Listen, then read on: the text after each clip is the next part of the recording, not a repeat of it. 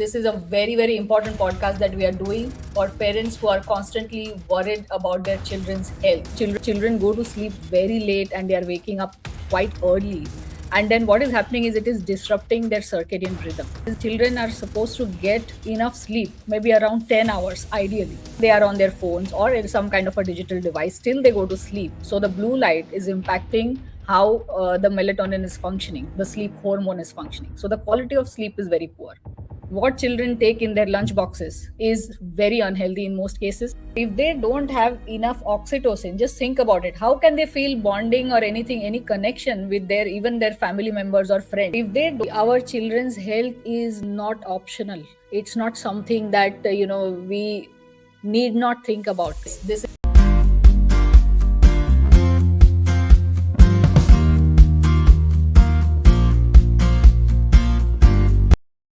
Hello, everyone. We are back with yet another very interesting, important, and relevant podcast for parents. Yes, this is a very, very important podcast that we are doing for parents who are constantly worried about their children's health. If you are a parent, make sure to watch it till the end. So, I have here a co host, our very own Renuka Kelkar. Welcome, Renuka. Hi Rashmi, how are you?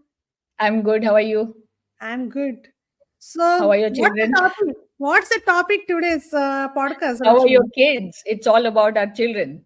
Yeah, that is an important part of our life, right? And we always Yes, worried about them, and absolutely. all the time we are just thinking about our kids, right?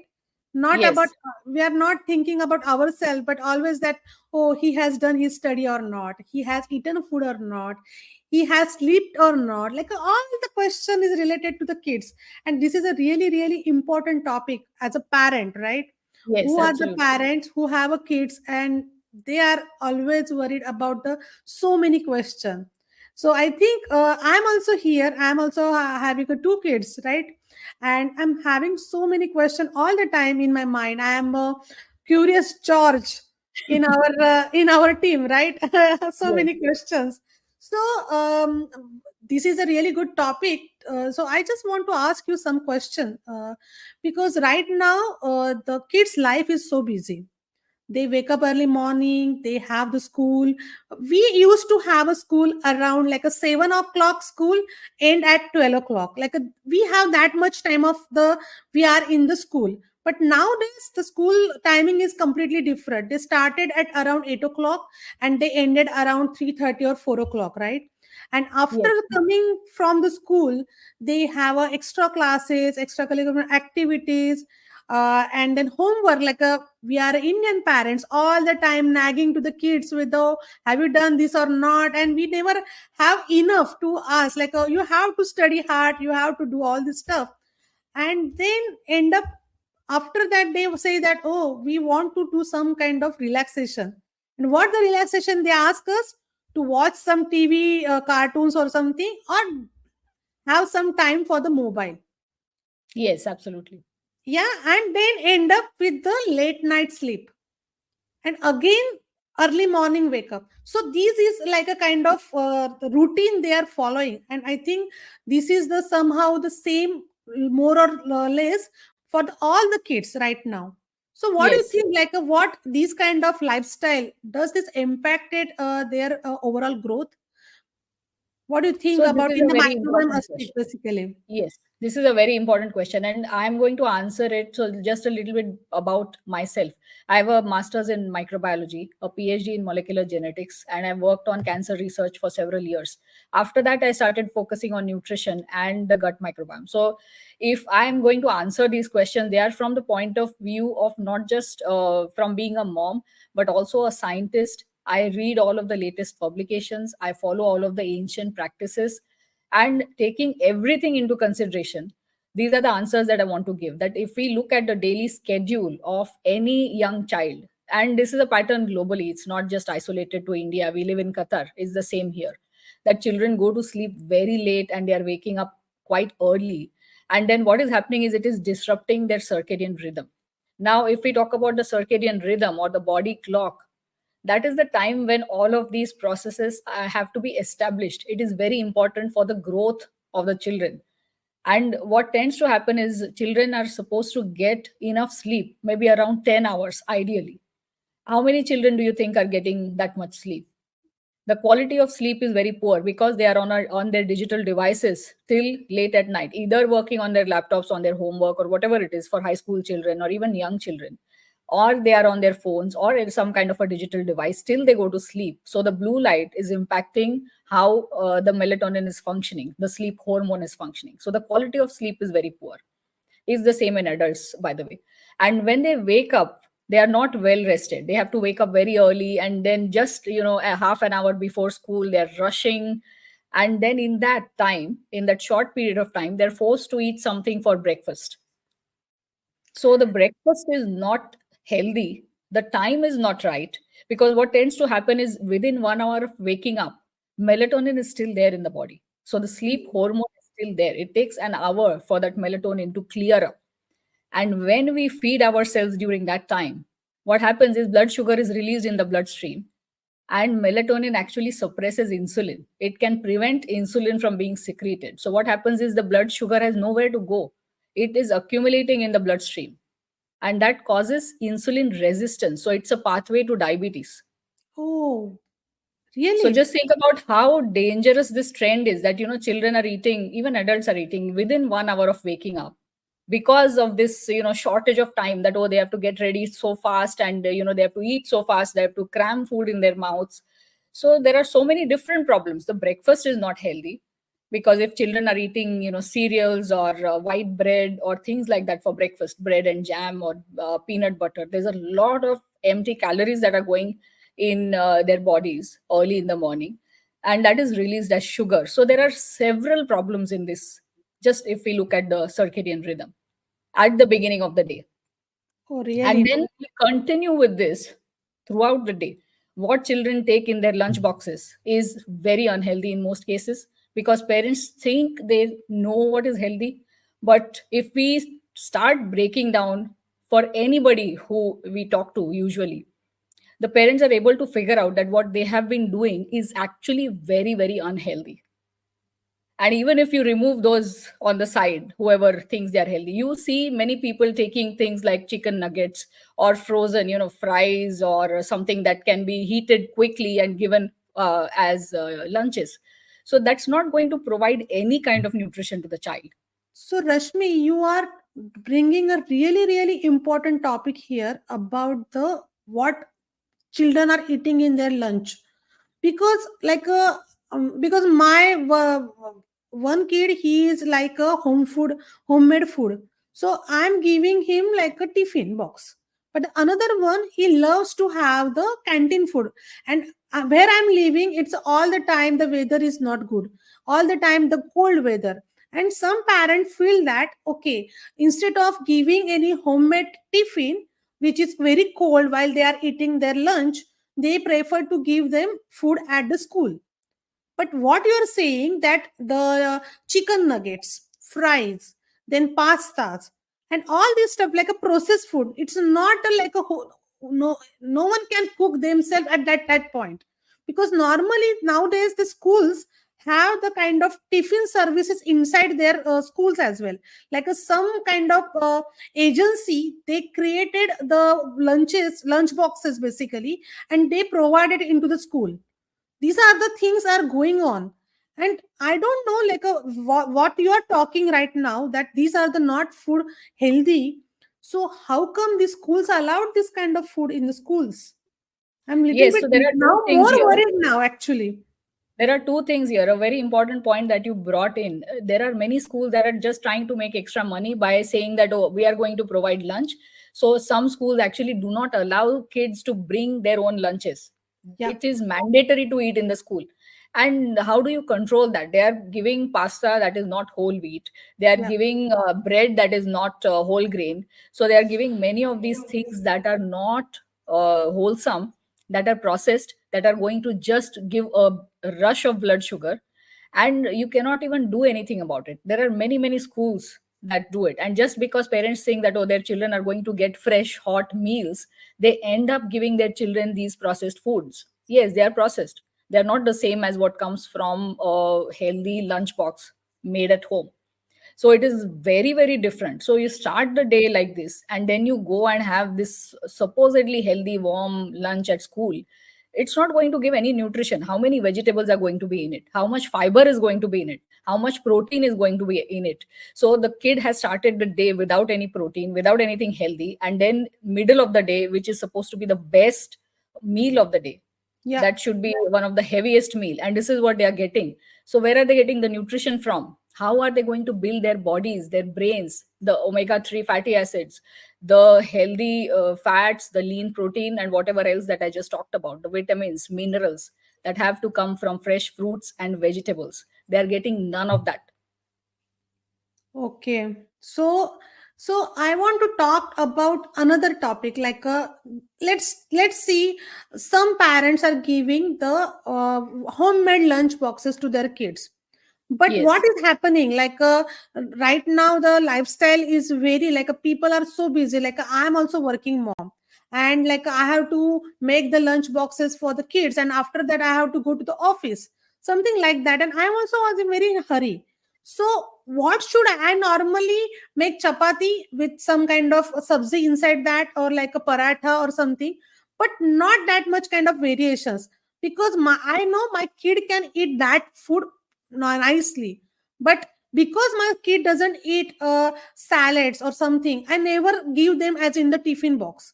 And I feel that sometimes very guilty that I am not giving him the right nutrition. But another side is that if I am giving that, my kid is not going to eat because he doesn't like it. So that cycle is going on, because he doesn't like it, that's why I am not giving it, and he's eating the same kind of food every day. Like is this like again alarming for the parents, that they are eating like a jam and chapati? Chapati is healthy, but jam, what about the jam? Because he likes that and he finishes tiffin, that's why I'm giving like a 2 3 times jam and chapati. Is this a good way, or That's a how very, to break this very cycle? important question that you have asked. I have seen many people in my known circles who give their children very so-called healthy lunches, and they're giving them rotis with jaggery and ghee, or not jam and this thing, but it's basically sugar and more sugar. Because okay, there is fiber in the roti, but what you are essentially giving is a lot of carbohydrates, a lot of sugar. Where is the protein in it? There is a very little bit of protein in the roti itself. But where are all the vegetables? Where are all the fruits?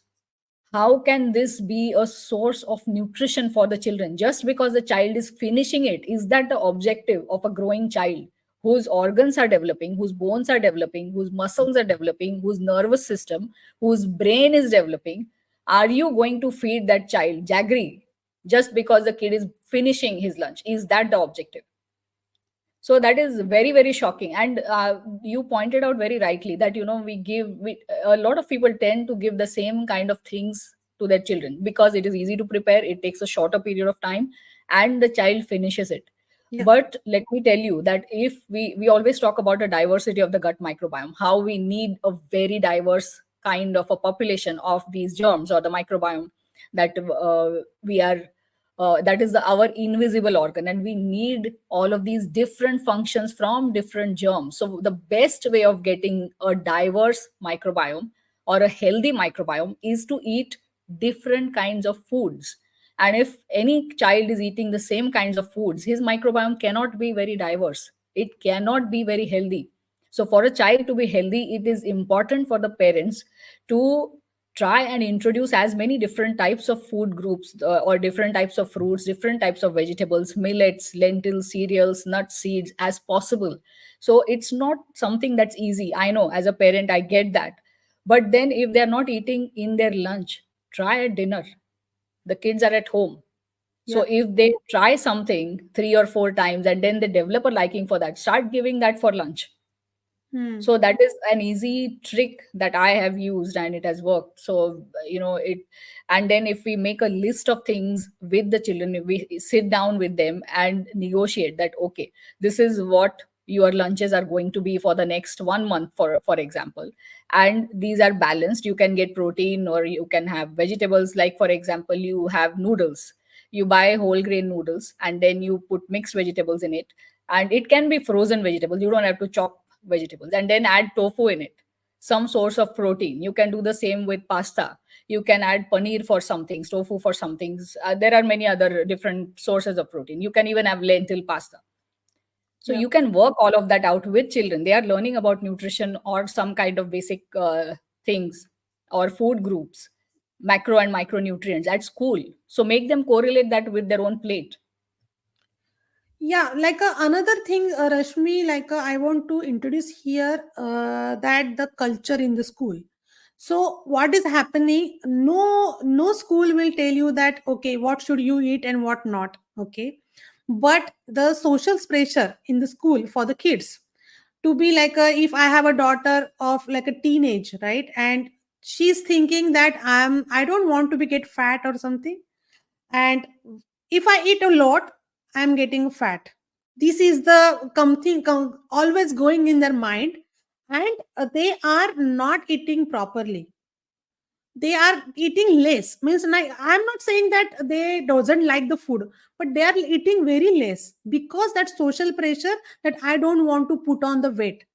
And is this any kind of alarming for the kids as well or their growth, like a, because I have one of my friend, she is here as a pediatrician, and she's saying to me that most of the cases coming to me from the school as that their daughter is get fainted or anything like happen, and because they haven't eaten a food properly. And is this causing any problem with their education as well? Like I just want to know, is there a relation with this kind of diet impacted to their kind of growth and all the stuff basically? Very, very important question. So it's a loaded question actually. There are many different aspects to it. So there are many children, because of this peer pressure of body shaming and things happening at school, where children are teasing each other about a little bit of weight that they have probably put on, or they imagine that they have put on. So because of social media and because of peer pressure, children have very negative body image. It can be very damaging. It can lead to mental health issues. It can lead to eating disorders, which have become very, very common in school going children.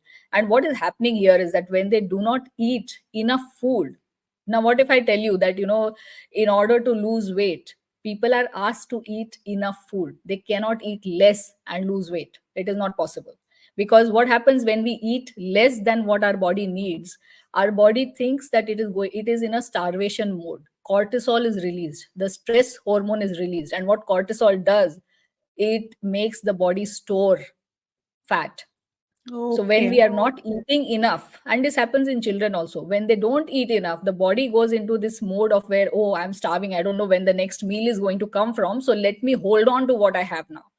So it is going to store fat even more, and then it goes into this very negative spiral. The child is not eating, the child is putting on even more weight, and then again being scared of this body shaming and the social media, the peer pressure, again the child is not eating, and it just goes on in a very negative cycle.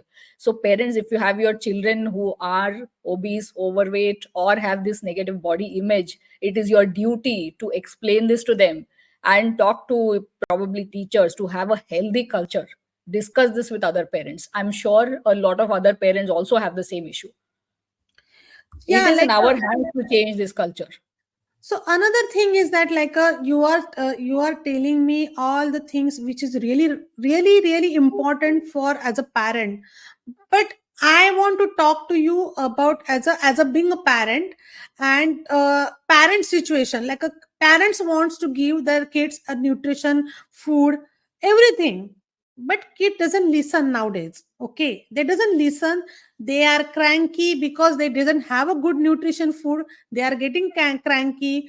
And the another important topic I just want to discuss here is a depression.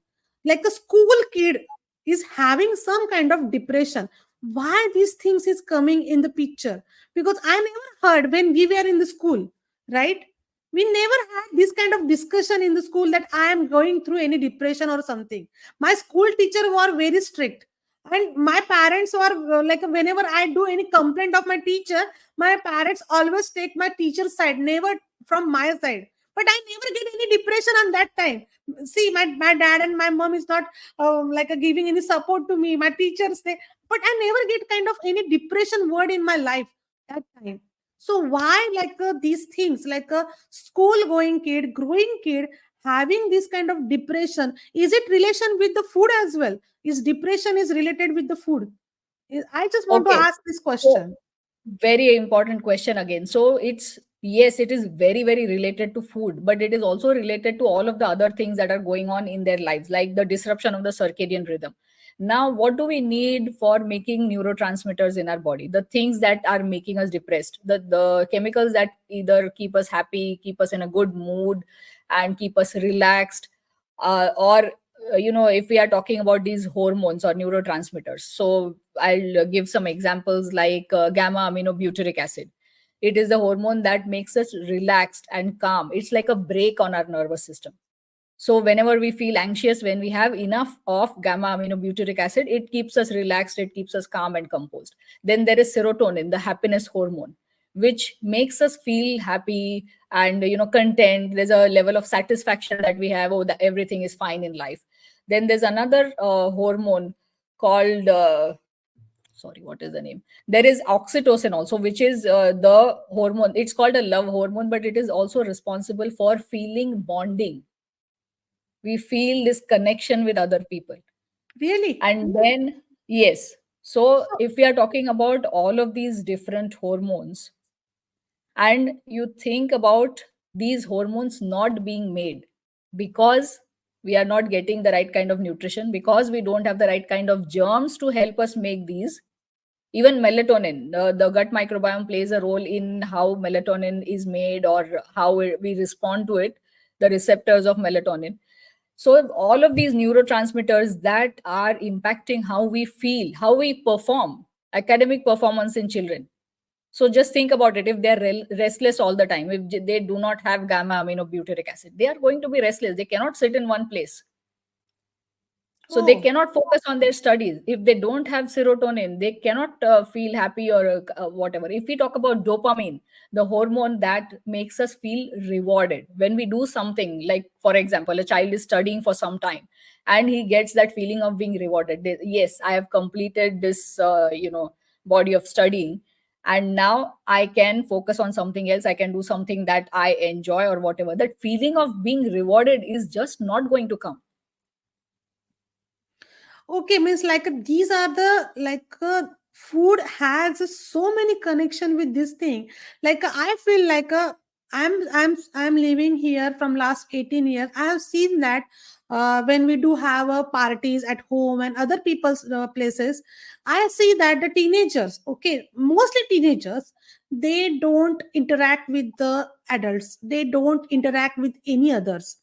So they have their quiet rooms. They are having on their mobile all the time.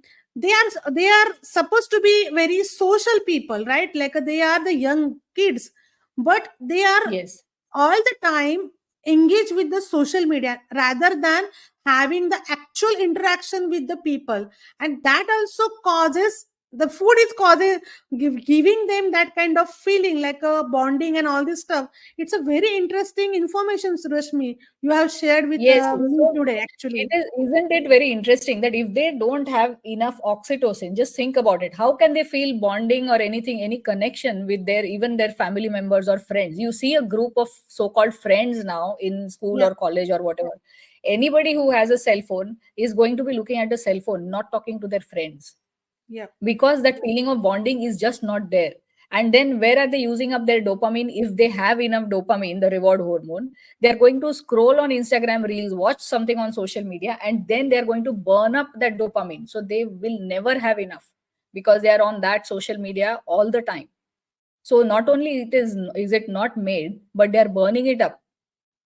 So there are so many factors that are preventing all of these nice neurotransmitters from being made. And then they end up feeling so miserable, so negative, so depressed, because they just don't have the ones that are going to keep them happy, relaxed, satisfied. They don't have enough of them. And it's not just mental health. Absence of these neurotransmitters is also going to increase their risk of chronic diseases. Like if we think of Parkinson's, the absence or very low levels of this dopamine is linked to an increased risk of Parkinson's. So just imagine the cascading consequences of all of these that is happening in childhood. Okay. Yeah, definitely. Like we are following the same lifestyle from our childhood to the end of our life. Definitely it shows some kind of the side effects of what we are going through the whole life, right? Definitely. Yes, yes, So absolutely. The benefits of a healthy, balanced meal, like if we talk about the Indian thali and how wonderfully balanced it is, and the bonding that we had in our families, the joint family where everybody used to look after each other. So now parents don't have time for their children. That's why they're handing them with all of these digital devices. And they think that, oh, I don't have time, so let me reward my child with a soda or junk food, a burger or pizza or whatever as a reward. That's what the parents are thinking in their mind because they don't know what the long term consequences are. Junk food is, it's ultra processed food, it's not nutrition. It is going to give this again blood sugar spike because it's all refined flour. That's what it is made of. And one can of coke, if we think about the kind of sugar it has 48 grams of sugar. The recommended daily limit for a child is around 25 grams. So just one can of soda is giving nearly double the amount of what is normal for a child. And they are drinking either fruit juices, which people think are healthy, but they are actually quite unhealthy because even a fruit juice can give 20 to 26 grams of sugar that are suddenly going in the bloodstream. So all of these are very unhealthy. And what happens here is the poor children don't know enough about what is happening to their bodies. They are not getting the nutrients, and all of this excess sugar that is going in their bodies is going to cause fatty liver, is going to cause obesity, it is going to cause insulin resistance and increase the risk of everything, all chronic diseases, all allergies, many forms of cancers. That's why they are on the rise. that's And true. infertility Like yeah, definitely. Like also. if this cancer is like a before that we never heard about the cancer, right? Then Yes, we found like a some people had a cancer, like a some people. But that time the diabetes come in the picture, and every family has someone in their family have a diabetes. But now the cancer is also taking the diabetes place. Someone in the family having the cancer, and it's a very yes, shocking and it's very it scary is right very now, short. Yes, it right? is. Like we were Yes. thinking that COVID was a shocking thing, but the COVID is gone, right? We are come out from that, but we are not come out through other things that we are not looking in that side basically that what is coming to our home now. So And I'll tell you something even more shocking. So, if we look at adults right now, if we look at anybody in their 30s, 40s, 50s, so earlier it used to be very common for people to have chronic diseases like diabetes or maybe joint pain or arthritis in their 60s or 70s because, because of aging and a lot of yeah, hormonal issues. So, that was okay. That's what we used to see in some people. That was also not very common at that age. But now you are seeing people in their 40s dying very early of a heart attack or having some kind of chronic disease, be it thyroid dysfunction or pre-diabetes or diabetes or high cholesterol, high blood pressure. There is something or the other in most people. So this is the population that started out eating healthy, that started out with a healthier lifestyle, but have moved on to this, Western kind of a one pot meal, unhealthy things, and convenience oriented way of life, very poor lifestyle. And that's when you are seeing these diseases in their 30s and 40s. But if you think of the children who are born in this kind of an environment, who have seen only this kind of a lifestyle, just think of what's coming in the next 10 years. And if we think about epigenetics, now the reason why I'm bringing this point is because, not only will these children have chronic diseases very early in life, they will have to live with these diseases forever. And it is also going to have epigenetic changes in their DNA. So these are chemical changes in the DNA. These are not mutations, but these chemical changes are inherited for 3 generations, not one, not two, 3 generations. So seriously. if you think about the example of famine, people who come from a famine usually don't get enough food to eat, don't get enough nutrition. you can see that the next 3 generations are impacted. The health of the next 3 generations is impacted because of one generation that had starved. So the children here who do not get proper food are actually starving. So think of what is going to happen to their next 3 generations. Nobody knows about this. Nobody thinks about this. They are in their own, convenience mode, that, okay, I'll just take today as, whatever is convenient for me. I don't care about what happens tomorrow. Okay. So Rashmi, these are the very important information, and our social media is full of information right now. But these are the actual information, very useful and very important for the parents, teachers, and the students and kids, right? So tell me, how this important information will get to the parents, or they want to know about this kind of information. What should they do? Because right now you and me talking, and I'm getting so many important information here, and I'm feeling so guilty that, oh my god, why I haven't talk about this before with you, and why we haven't this discussion before. So I'm like a representative of all the parents and all the kids, and asking you how they can get this information. Is there any source that where they can get this information? Because I feel like the today's parents or today's kids are very smart. If you can explain them and you can give them the scientific evidence about the things, they definitely get understand these things. I feel that they are not aware of these things, and they are in their own, they don't know what to do. I feel like right now that in that sense. So is there anything what as a microbiome superhero we are providing them to this kind of information? You tell me, what do you think, what how we can help them basically? Yes, so that was a wonderful question. If we think about the kind of resources there are that are available on YouTube, people just go to YouTube or Google search or whatever, and they think that whatever information they are getting is the right kind of information. So there are many ways in which, just like we are bringing these podcasts so that we can provide information from not just ancient practices but also modern scientific literature that is extremely current, whatever is published even today.